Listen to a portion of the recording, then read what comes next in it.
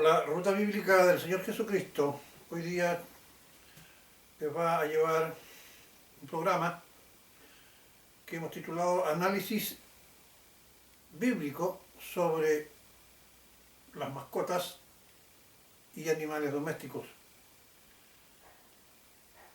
Hoy no es un misterio para ninguno de nosotros que en los últimos tiempos hombres y mujeres de todas las edades han cambiado una forma de entender a los animales y cada vez estos son más cercanos a las personas.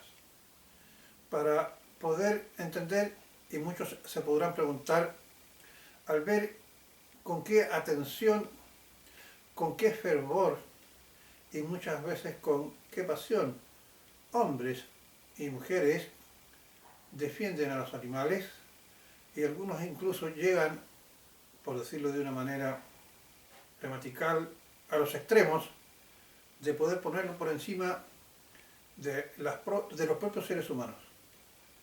Sin que esto sea una crítica destructiva, solamente estoy destacando un hecho.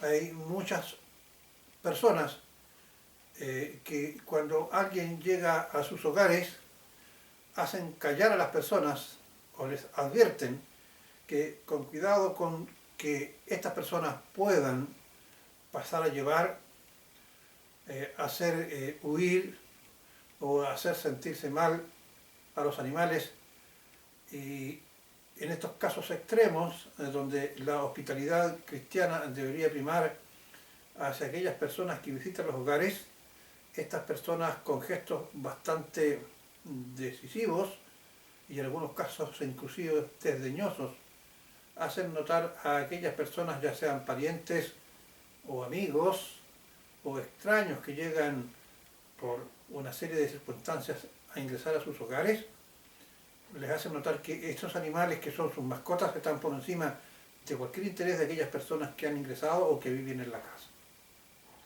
Pues bien, estos son los casos extremos, pero el animalismo o la forma en que tienen las personas de ver y de entender, amar y cuidar a los animales, vamos a contrastarlo y vamos a tratar de llevarnos a comprender a la luz de los evangelios qué dice Dios sobre los animales y cuál debería ser la conducta de nosotros los cristianos.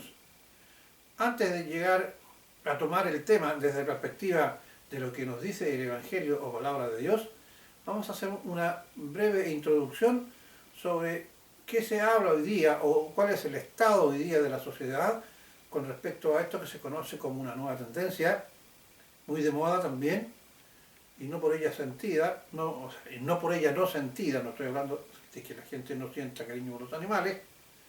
En el caso particular tengo dos hermosos perros a los cuales quiero mucho. Sin embargo, vamos a ver qué nos dice el Evangelio, qué espera del Señor de nosotros los creyentes cuando tenemos animales. Pero, como ya dije, vamos a ver qué nos dice hoy día los estudios humanos que hablan sobre este fenómeno. Veamos, dice que la influencia positiva de las mascotas en la salud y bienestar de los seres humanos es bien reconocida y comprende los aspectos psicológicos, fisiológicos, terapéuticos y psicosocial. La función de estos como facilitadores en la terapia asistida, motivacional y física de numerosas enfermedades ha permitido que los efectos benéficos de la tenencia de animales sean empleados en el ámbito terapéutico. Adicionalmente, la compañía de mascotas se ha reconocido como un factor protector contra enfermedades cardiovasculares y reductor del estrés de sus propietarios. Aspectos peligrosos de las mascotas. La zoonosis es una enfermedad infecciosa que ha pasado de un animal a un humano. Representa un importante problema de salud pública en todo el mundo. Aquí no se escapa ningún país ni ninguna región. Por ejemplo, rabia, encefalitis equina, del este y del oeste, leptospirosis, brucelosis, tuberculosis bovina, cisteroscosis, la viruela del mono, hoy día que está penetrando en el mundo con características de pandemia, y el propio coronavirus, entre otras. Estudios recientes sobre animales y salud han puesto de relieve, por ejemplo, que en España muchos propietarios de perros y gatos mantienen un vínculo emocional con los animales e incluso los consideran un miembro más de la familia. Esta vinculación parece ser un fenómeno universal y común a diferentes culturas. Para Peter Singer, un estudioso, los animales no humanos son objetos de opresión, incluso lo compara con la opresión de los hombres blancos sobre los negros. Se encuentra un principio de otredad, no solo en este texto, sino en todo lo que envuelve el movimiento por la liberación animal. Es decir, coloca el caso de los animales a la par con los derechos de los seres humanos. Dicho sea de paso que desde el punto de vista jurídico, nosotros tenemos derechos porque somos capaces también, porque el principio jurídico es que todo derecho conlleva un deber. Por lo tanto, los seres humanos somos objetos de derecho y nuestra sociedad se mueve a través de lo que nosotros conocemos como el Estado de Derecho. Aplicándolo esto a los animales, un análisis simple nos lleva a entender que los animales no pueden ser capaces de poder asumir deberes. Pueden ser entrenados, sí, como un elemento repetitivo también, pero desde el punto de vista jurídico, entonces los animales no se pueden equiparar a los seres humanos en la medida en que no son sujetos de derecho, pero sí la legislación los cataloga dentro de los derechos por ser un bien económico desde el punto de vista de lo que vamos a explicar más adelante. Los activistas en este ámbito de protección de los animales reconocen a los animales como el gran otro. O sea, no es cualquier cosa, no es otro simple así, sino que es el gran otro. Los animales no pueden decidir de qué manera vivir y bajo qué condiciones subsistir. Y es por esto que se asume como su voz, es decir, desde el punto de vista de lo que estos defensores o activistas de los animales sostienen que como los animales no pueden expresar su forma en la cual quieren vivir y dónde vivir, ellos deciden por los animales. Desde esa perspectiva ya, si usted analiza, evidentemente que ellos no los están tratando como el gran otro, sino que lo están tratando como el otro. Es decir, ellos no pueden preguntarle a los animales si están contentos con vivir en una casa, si están contentos con que los arropen, si están contentos con que los saquen a pasear a tales lugares, o si tienen preferencia, o si tienen hambre, o si tienen algún tipo de sentimiento.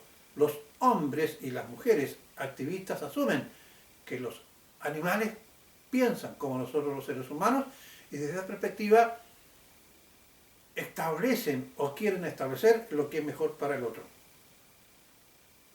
Digamos, dentro del animalismo moderno existen dos tendencias.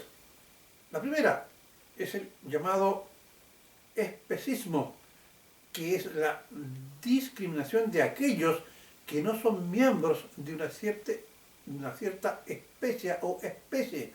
En otras palabras, es el favorecimiento injustificado de aquellos que no pertenecen, en este caso, a la raza humana. Iniciaremos ahora nuestra exposición a la luz del Evangelio. Me falta explicar el segundo punto. Se habla de especismo en el tema de los derechos animales a la acción de maltratar, matar, mercantilizar, abusar por parte de los humanos a los animales. Aquí se está hablando de especimismo. Los derechos animales son una consideración moral básica y que todo lo contrario a tal principio es siempre erróneo a nivel moral. Y allí engloba entonces el aspecto que se cataloga como especimismo en cuanto a que ven los animales como un objeto de uso y de consumo. El segundo aspecto, los animalistas pragmáticos, sostienen dos fases. Fase primera, la consecución de leyes que puedan atender necesidades prontas en contra del sometimiento o abuso animal. La fase segunda, mientras se consigue obtener leyes o políticas para atender con mayor amplitud y mejores soluciones, considerando la liberación animal como fin último. A los animales no se les atribuye el contenido de racionalidad. Es evidente, ¿verdad? Veamos, algunos animales que se consideran inteligentes para poder desmistificar lo que muchos piensan, inducidos por las películas de corte comercial, que atribuyen a los animales razonamientos humanos y que llevan a muchas personas a colocarlos, como ya he dicho, por encima de las personas cercanas, desdeñando a estas personas y exaltando en forma exagerada y a veces hasta violenta los derechos o las atenciones a estos animales. Veamos desde el punto de vista de lo que podría ser su inteligencia, aquellos que están en los 2 o 3 primeros lugares. En el primer lugar, los zoólogos y otros estudiosos de los animales identifican al chimpancé. Es el animal más parecido al ser humano. El chimpancé es la chita de Tarzán.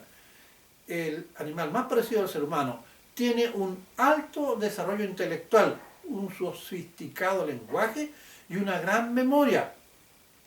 Eso es con respecto al resto de los animales. Se sostiene que el nivel de inteligencia es el de un niño de 3 años. ¿Usted no lo ha escuchado bien? Sí.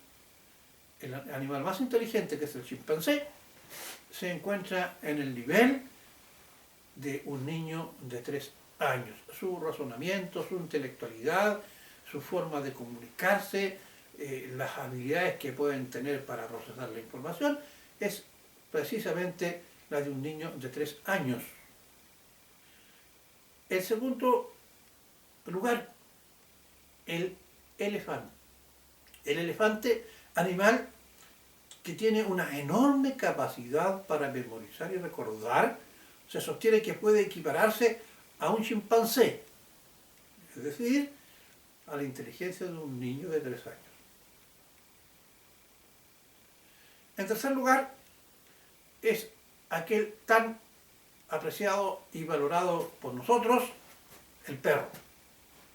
El perro posee un grado de inteligencia y depende de la raza, pero todos los perros son muy listos y son capaces de adquirir nuevas competencias de manera sencilla. Se sostiene que un perro, y escúcheme bien, se sostiene que un perro posee la inteligencia de un niño de 2 años. Muchas personas, jóvenes, hombres, mujeres, como ya dije, sostienen o creen que un perro va a responder de la misma forma que un adulto o de un joven, ya con una inteligencia superior, se le acerque, muchos le hablan, le cantan, le entregan poesías, pensando que el perro entiende. Y algunas veces cuando un niño de 3 o de 2 años es capaz de sentir emociones, evidentemente que sí, pero de allí a equipararlo a una función netamente humana de un hombre y de una mujer que ha adquirido su pleno desarrollo, evidentemente que hay una gran distancia. Ahora sí que nos vamos a la visión bíblica del hombre y animales. Lo que a mucha gente hoy día le interesa saber de sobremanera es cómo debiera ser la relación en nuestro mundo terrenal del hombre al interior de la creación divina y el resto de la creación que también posee vida. Empezaremos diciendo que los cristianos como género humano e hijos de Dios debemos regirnos al respecto entre la relación que debemos tener con el resto de los seres vivos por lo que ha establecido Dios en la Biblia o palabra. Y desde ya diremos que nuestra relación debe ser armónica y de respeto. Dentro de esta armonía existen, según el Evangelio, un orden de jerarquía, en el que en esta jerarquía, Cristo es la cabeza del hombre, genéricamente hablando, es decir, hombre y mujer, y ocupamos nosotros, después del Señor Jesucristo, el segundo lugar, y después viene el resto de la creación, ya sean seres animados, como animales, y plantas, como también inanimados, metales y no metales. Esta está sostenido y demostrado en el versículo de base que nos va a servir para introducir el tema sobre la visión bíblica de la relación del cristiano o del hombre con los animales. Y este versículo va a ser Génesis 27, 1:27. Y creó Dios al hombre a su imagen, a imagen de Dios le creó, varón y hembra los crió. Debemos decir que al respecto no existe en la creación divina otro ser que tenga las cualidades del hombre. Dice el Evangelio que fuimos hechos poco menos que los ángeles. Este versículo bíblico que se encuentra en el Evangelio fue empleado por el apóstol para destacar la humanidad y el poder de Cristo hecho hombre y salvador de nosotros los hombres en la cruz. Es decir, cuando el Evangelio establece que el Señor Jesucristo fue hecho poco menos que los ángeles, se refería a cuando el Señor Jesucristo asumió el cuerpo y se hizo hombre al igual que nosotros. Por lo tanto, somos nosotros hechos poco menos que los ángeles. Y en la jerarquía de la creación, bueno, Dios ha existido siempre, Dios trino, es decir, Padre, Hijo y Espíritu Santo, ha vivido por siempre. Pero después vienen los ángeles y después de los ángeles vienen los hombres. Y en tercer lugar viene todo lo creado. Es decir, en la jerarquía, los hombres, de acuerdo al Evangelio, se encuentran en el primer lugar, por decirlo de una manera cronológica o de acuerdo a un nivel jerárquico. Repito, no existe en la creación divina otro ser humano que tenga las cualidades del hombre. Fuimos hechos poco menos que los ángeles, y estas frases se encuentran en el Evangelio para destacar la humanidad y el poder de Cristo hecho hombre y salvador en la cruz. Luego en Génesis 1:28, y dijo, refiriéndose al hombre y a la mujer, y los bendijo Dios, y les dijo Dios, fructificaos, o sea que les fuera bien, y multiplicaos, es decir, tuvieran descendencia, y henchid la tierra y sojuzgarla. Aquí yo quiero detenerme un poco con este mandato o este derecho divino que el Señor le entregó al hombre y a la mujer. Cuando dice sojuzgarla, es decir, sojuzgar la tierra. Eso significa que, bueno, primero vamos a explicar el término sojuzgar. De acuerdo a los conceptos de nuestro idioma o lenguaje castellano, dice así, ¿qué significa la palabra sojuzgar en el Evangelio? La palabra sojuzgar tiene el significado de mandar violentamente sobre alguien, es decir, ejercer autoridad. Como cuando uno le dice a un niño, ¡ay de ti! Si no haces tus tareas, te va a caer una buena reprimenda. Allí se está ejerciendo un sojuzgamiento. Entonces, la palabra sojuzgar tiene el significado de mandar violentamente sobre algo y viene del prefijo so, debajo, sobre el verbo juzgar. Y este, del latín iudicare, que significa dictar un veredicto. Nosotros sabemos que cuando una persona está sujeta o sometida a la justicia, en los tribunales de justicia, y el juez establece un veredicto, este veredicto debe cumplirse. Desde esa perspectiva se usa el término sojuzgar. Volvamos entonces al versículo de Génesis 1:28. Y los bendijo, refiriéndose a Dios, cuando ya hemos leído el anterior 27, cuando dijo que creó al hombre, hombre y mujer. Y los bendijo Dios y les dijo Dios, fructificad y multiplicaos, y henchid la tierra y sojuzgarla. Aquí viene el otro, y tened, bajo ese concepto de sojuzgarla, y tened dominio sobre los peces del mar, sobre las aves de los cielos, y sobre todas las bestias que se mueven sobre la tierra. Juzgue usted. Bueno, después vamos a ver que este juzgamiento de ninguna manera significa lo que usted está pensando, aunque la palabra la entendió bien. Es decir, el hombre tiene autoridad, es decir, el hombre puede tomar decisiones sobre el resto de la creación, y eso significa, de acuerdo al Evangelio, que el resto de las especies creadas por Dios no podría demandar del hombre de por sí, aunque ellos no se pueden comunicar, como ya hemos visto, una especie de demanda particular, desde el punto de vista de lo que tendría que ser el lenguaje, como así nosotros lo hacemos. Vamos ante el juez y ante el juez nosotros establecemos nuestra queja. Nosotros podemos entonces ejercer dominio sobre los peces del mar, sobre las aves de los cielos y sobre todas las bestias que se mueven sobre la tierra.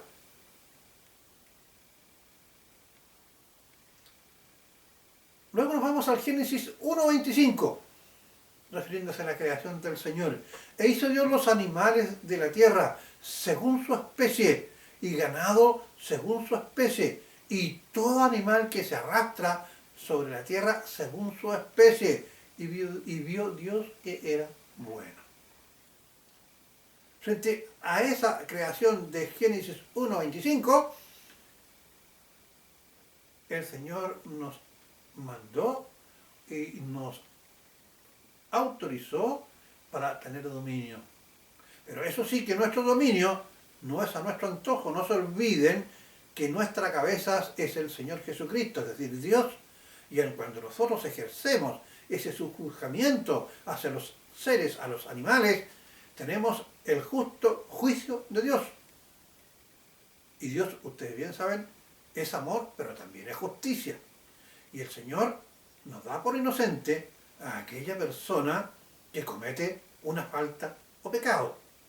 Y cuando nosotros abusamos de cualquier otro hombre o de cualquier otra especie, en la cual no estamos autorizados, es el Señor quien también ejerce allí su justo juicio. Génesis 1:25, repito, e hizo Dios los animales de la tierra según su especie, y ganado según su especie, y todo animal que se arrastra sobre la tierra según su especie. Y vio Dios que era bueno.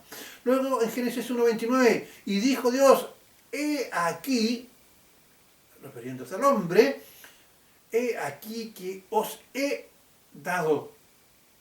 Cuando usted le dan algo, esto pasa a ser de su propiedad. Y dijo Dios, he aquí que os he dado toda planta que da semilla, que está sobre la faz de la tierra, y todo árbol en que hay fruto, y árbol que da semilla, os será para comer. Aquí tenemos entonces una parte de la creación que es animada, es decir, tiene vida, que está dada a los hombres para su mantención. Ahora, ¿qué pasa con relación a los animales? Con relación a los animales, Dios le mostró y puso a Pedro en la siguiente situación y Pedro vio. Aquí vamos a ver un caso. Bueno, Hechos 2, del 12 al 15. Cuando el Señor le mostró a Pedro los animales, se supone que estaba toda variedad de animales, en el cual dice, habían de todos los cuadrúpedos terrestres y reptiles y aves del suelo. Hechos 12, luego en el 13. Y le vino una voz, levántate Pedro, mata y come. Entonces Pedro dijo, Señor, no, porque ninguna cosa común o inmunda he comido jamás. ¿Será que Pedro era vegetariano? Bueno, entonces Pedro, repito, dijo, Señor, no, porque ninguna cosa común o inmunda he comido jamás. Volvió la voz a él la segunda vez y le dijo, lo que Dios limpió, no lo llames tú común. Luego en Juan 21, 9 y 10 hay un ejemplo en el cual se encuentra el propio Señor Jesucristo. Bueno, después en el versículo, Pedro estaba autorizado para poder, y de hecho podía tomar cualquiera de los animales que les había mostrado y podría haber obedecido la voz que decía, toma, mata y come, estableciendo que todos los seres, en este caso animales, estaban a disposición del hombre para su alimentación. Después en el Juan 21, 9 y 10 dice, aquí aparece el propio Señor Jesucristo, al desembarcar, vieron unas brasas con un pescado encima y un pan. Traigan alguno de los pescados que acaban de sacar, les dijo Jesús. Es decir, el Señor Jesús sabía que venían sus apóstoles en la barca y que ese pescado que él estaba preparando para su comida no iba a ser lo suficiente para él y los apóstoles. Y los apóstoles habían pescado una variedad de peces y el propio Señor Jesús le dice, traigan esos peces para poder poner más en el fuego. Otro tipo de comida natural se muestra en Marcos 1.6, que dice así, veamos. Y Juan, refiriéndose a Juan el Bautista, y Juan vestido de pelos de camello y con un cinto de cuero alrededor de sus lomos, y comía langosta y miel silvestre. Aquí hay implícito varias cosas. Por ejemplo, es lícito usar el cuero animal para hacer vestidos. Bueno, Juan, dice el Señor Jesucristo, que no hay hombre más grande nacido de mujer que Juan el Bautista, y este gran hombre, reconocido por el propio Señor Jesucristo, que no es Dios, andaba vestido de pelos de camello, es decir, había sacado de una piel de camello y se había confeccionado una túnica, un vestido, y había hecho un cinturón de cuero de algún tipo de animal. Y además dice, y comía langostas y miel silvestre. Aquí también podemos establecer o reconocer de que parte de los elementos naturales estaban a disposición del hombre, quien estaba o se había recibido la autorización de Dios para poder hacer uso de ellos. Hay sin embargo personas que prohíben comer algunos alimentos. Incluso hay algunos de estos animalistas que quieren imponerle al resto de la población y luchan por ello. Hay unos movimientos, por ejemplo, en España, que está abogando para que los alimentos sean vegánicos, es decir, los alimentos exclusivamente a base de cosas naturales, pero no se dan cuenta, por ejemplo, de que el trigo, que las peras, las manzanas u otro tipo de elemento vegetal también son vivos. y son parte de la creación divina. Pues bien, sin embargo hay personas que prohíben comer algunos alimentos, pero el Evangelio establece en 1 Timoteo 4:3, porque existen algunos, dice, prohibirán casarse y mandarán, ni siquiera solo, y mandarán abstenerse de alimentos que Dios creó para que con acción de gracias participasen de ellos los creyentes y los que han conocido la verdad. No existe prohibición bajo el período de la gracia y de acuerdo a las leyes apostólicas. Aunque debemos reconocer que en el Antiguo Testamento aparecen en Levítico algunas prohibiciones que fueron dadas a los judíos después de su salida de Egipto. Pero ahora vemos que bajo el tiempo de la gracia, es decir, bajo la era apostólica, de acuerdo a 1 Timoteo 4:3, dice que no hay o no se puede uno abstenerse de alimentos si uno tiene a su disposición algún tipo de alimento para que con acción de gracias pueda hacer uso de ellos, incluyendo algunas especies animales y que Dios ha puesto al servicio del hombre. Pues bien, habiendo establecido que en la Biblia Dios autoriza al hombre a comer todo lo creado, sean plantas o animales, exceptuándose a sí mismo, es decir, ser antropófago. Veremos ahora qué nos dice a los seres humanos sobre nuestra relación con los demás seres de la creación. A ver, aquí debemos establecer que, de acuerdo a la cultura, los hombres de común acuerdo han establecido, a través de lo que es la legislación social o de las costumbres, nosotros no comemos perros, no comemos gatos, por hablarles de un tema en particular. Sin embargo, hay algunas culturas que sí comen perros y que sí comen gatos.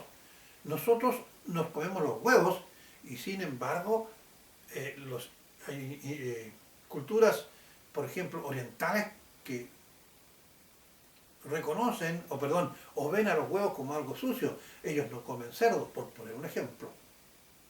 Pues bien, habiendo establecido que en la Biblia Dios autoriza al hombre a comer de todo lo creado, sean plantas o animales, exceptuándose a sí mismo, es decir, no se puede ser antropófago, ahora veremos qué nos dice a los seres humanos sobre nuestra relación con los demás seres de la creación.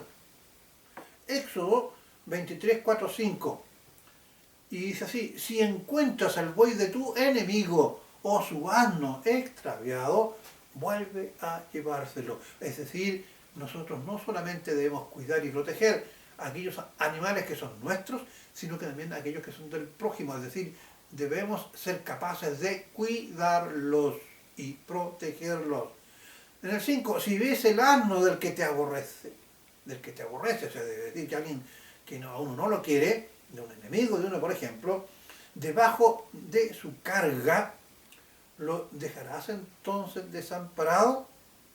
Es decir, si un animal se cae por el peso y el cansancio y queda imposibilitado de poder levantarse y caminar, dice el Señor, sin falta, o sea, no te demores, ayúdalo a levantarlo. Es decir, nosotros los seres humanos debemos ser capaces de tener una conducta de piedad, de amor y de cuidado hacia los animales. Es decir, debemos no solo cuidar nuestros animales, sino también los del prójimo. Con relación al trato que debemos darle a todo tipo de animal, este debe ser de acuerdo a las circunstancias en el que se encuentre. No se debe forzar ni agregar tarea o acción adicional a aquella que se espera que este animal haga, ya sea en su accionar con el humano o como extensión a su actividad propia en su ambiente natural. Esto está de acuerdo a Deuteronomio 25:4, donde dice: no pondrás bozal al buey cuando trillare. El bozal se coloca en el hocico del animal a objeto de poder conducirlo hacia cualquier lado. Es una manera de que no se arranque. Sin embargo, cuando el animal trilla, requiere una cierta autonomía para poder ejercer el peso y la fuerza. Y es lo mismo hace cuando está arando o labrando. Y eso también está referido a las personas cuando realizan su trabajo. Y ahí viene el asunto del contrato de los seres humanos. El ser humano se le contrata, por ejemplo, para picar leña, uno no lo puede mandar a que interrumpa la picada de leña para que vaya a entrar al agua. Veamos en Éxodo 23:12. 6 días trabajará los israelitas y al séptimo día descansarás, a fin de que descanse tu buey, tu asno, y recobren sus fuerzas. Es decir, nuestros animales, especialmente aquellos que trabajan, no deben someterse a un trabajo ininterrumpido. También tienen derecho al descanso. Éxodo 21:28 habla con respecto a la disciplina o castigo que se le puede aplicar a un animal cuando realiza una acción peligrosa sobre un ser humano. Hay algunas personas que reclaman cuando un animal, por ejemplo, un perro que va de camino, yo nunca me olvido que una vez una niña pequeña llevaba un perro por un parque y el perro quiso salir persiguiendo a otro perro y casi la bota y casi pasa a llevar a otros niños pequeños. ¿Qué hizo la niña? La niña le mandó un palmetazo en las orejas al perro y le dijo, quieto. Y el perro fue la única manera que el perro se estuviera quieto. Un señor mayor que yo, siendo la niña de aproximadamente 12 o 13 años, la amonestó duramente, diciéndole que el perro no se le podía castigar. Está absolutamente equivocado. Muchas veces un niño de 2 o 3 años, o de 4 años, cuando se pone un poco tosudo, por decirlo de alguna manera, los padres recorren al tirón de oreja. ¿Acaso un animal está por encima? Le voy a dar otro ejemplo. Una vez iba por la calle de mi ciudad natal, de mi ciudad donde yo vivía, y venía una persona de cierta edad, de mucha más edad que yo, y había un perro callejero, y el perro callejero se va con las fauces abiertas a morder a este caballero. Yo reacciono y le doy un puntapié al perro en sus cuartos delanteros, a objeto que, lejos de tomarle la pierna a este señor, se fuera del lado. Yo dije, este caballero me va a dar las gracias, porque una mordida de perro callejero, que posiblemente inclusive podía tener rabia, es algo que nadie desea. El caballero se fue encima mío, me tapó en palabras, prácticamente casi me agredió. Allí estamos realmente confundiendo las cosas. Bueno, con respecto a la disciplina o castigo que se le pueda aplicar a un animal cuando realice una acción peligrosa sobre un ser humano, el Evangelio sí autoriza a realizarla. Existen personas, como ya dije, que no quieren atribuir ninguna responsabilidad al animal que actúe en grave perjuicio contra un ser humano, lo que es una equivocación al respecto, que dice en Éxodo 21:28, si un buey acorneare a hombre o a mujer y a causa de ello muriere, el buey será apedreado y no se da su comida, su carne. En ese tiempo, cuando se lapidaba a un ser humano, por ejemplo a una prostituta o en este caso a una esposa, cuando era sorprendida en adulterio, la lapidación era inclusive hasta la muerte. En este caso era igual. Y su carne, dice, y no será comida su carne, más, dice, el dueño del buey será absuelto. ¿En quién va a caer la pena? A lo mejor el buey era mañoso y el hombre lo dejó a libertad de acción, siendo también el culpable, pero aquí dice, el hombre será absuelto, pero el buey será muerto, lapidado. ¿Acaso eso no es una sanción? Y grave. Existen algunas personas no creyentes a la luz del pasaje anterior que piensan que Dios no cuida a los animales, pero se equivocan. Dios sí tiene misericordia de los animales y les cuida, tal como lo declara en su palabra. Salmo 147:9. Él alimenta a los ganados y a las crías de los cuervos cuando grazna. Allí se establece que Dios en su amor por la creación aplica su justicia cuando un ser de su creación, hombre o animal, ejerza un maltrato o estos sean a su vez maltratados. es decir, aquel que comete una falta, una agresión, el Señor los castiga, porque cuida que su creación, sean hombres y mujeres, no reciban daños de terceros. Ahora en el Salmo 36:6, tu justicia, refiriéndose al Señor, es como las montañas de Dios, tus juicios, las grandes profundidades, oh Jehová, al hombre y al animal conservas. ¿Existe cuidado? ¿Existe preocupación? Evidentemente que sí. También califica las malas acciones y sentimientos de los seres humanos que son indebidas hacia los animales. En Proverbios 10:12 dice, el justo, es decir, aquel cristiano que tiene temor a Dios, que quiere hacer la voluntad, dice, el justo cuida de la vida de su bestia, es decir, de sus animales, pero los sentimientos de los malvados son crueles, es decir, el Señor no le agrada a aquellas personas que injustamente maltratan los animales, los trata de crueldad. Debemos decir que si bien es cierto que para Dios y para los seres humanos es nuestra condición y orden de prioridad, por ser hechos a imagen y semejanza de Dios, nos debe llevar a pensar que debemos actuar con amor, justicia, cuidado hacia los animales, pues lo que nos dice en Eclesiastés es un llamado a atención, pues hombres y animales tenemos una misma forma de abandonar esta tierra, lo que nos lleva a meditar y a medir nuestras acciones hacia ellos al llevar una relación de responsabilidad con los animales como creación divina y puesto a nuestro cuidado por Dios, tal como se nos explica en Eclesiastés, cuando nos habla de nuestro común destino, cuando se refiere al proceso de la muerte. Eclesiastés 3:19, porque lo que sucede a los hijos de los hombres y lo que sucede a las bestias es lo mismo. Mueren los unos, así mueren las otras, y un mismo aliento, es decir, el aliento de la vida, tienen todos. No tienen preeminencia, es decir, la muerte de uno es mejor que la otra. No tienen preeminencia el hombre sobre la bestia, es decir, la muerte del hombre es mejor que la muerte de la bestia. Las dos muertes son iguales. No tienen preeminencia el hombre sobre la bestia, porque todo es vanidad. Por último, diremos y daremos las citas bíblicas, pero no las leeremos por no al tiempo, pues resulta muy larga la exposición, pero usted podrá comprobarlas en su Evangelio, así entonces diremos que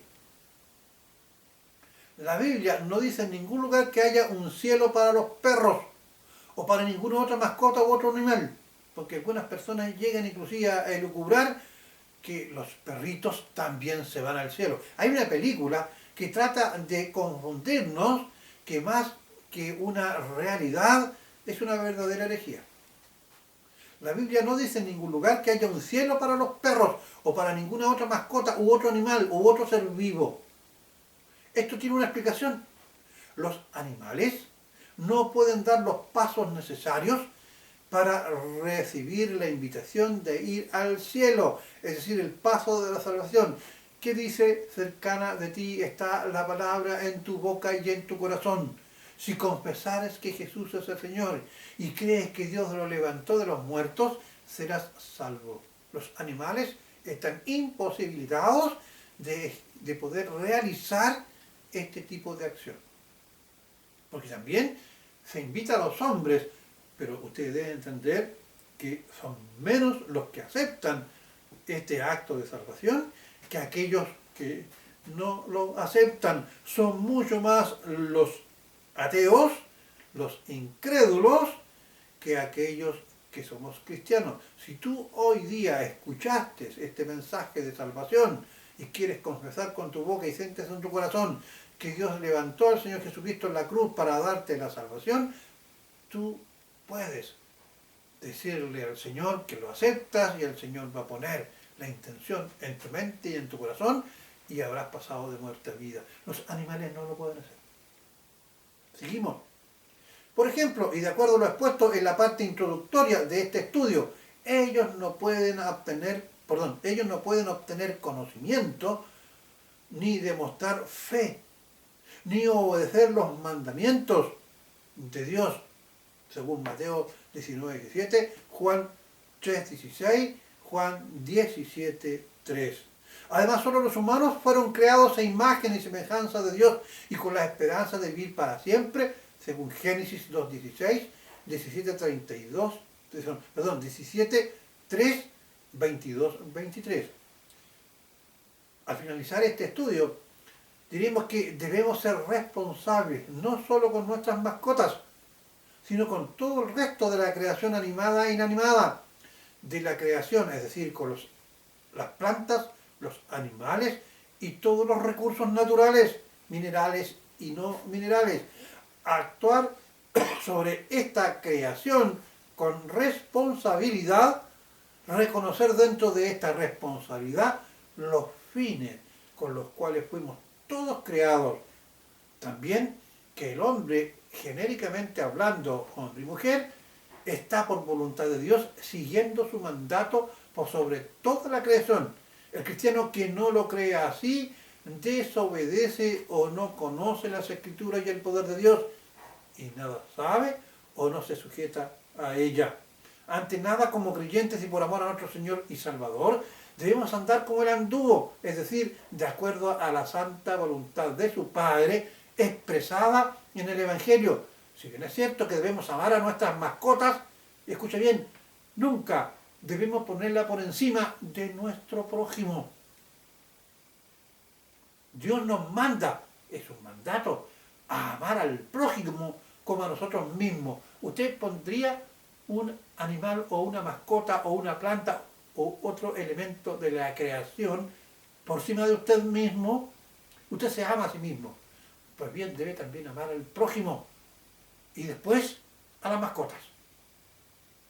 Por la ruta bíblica del Señor Jesucristo, les desea que la paz de Dios y del Señor Jesucristo sea con ustedes y les dice, tener mascotas es una gran bendición del Señor.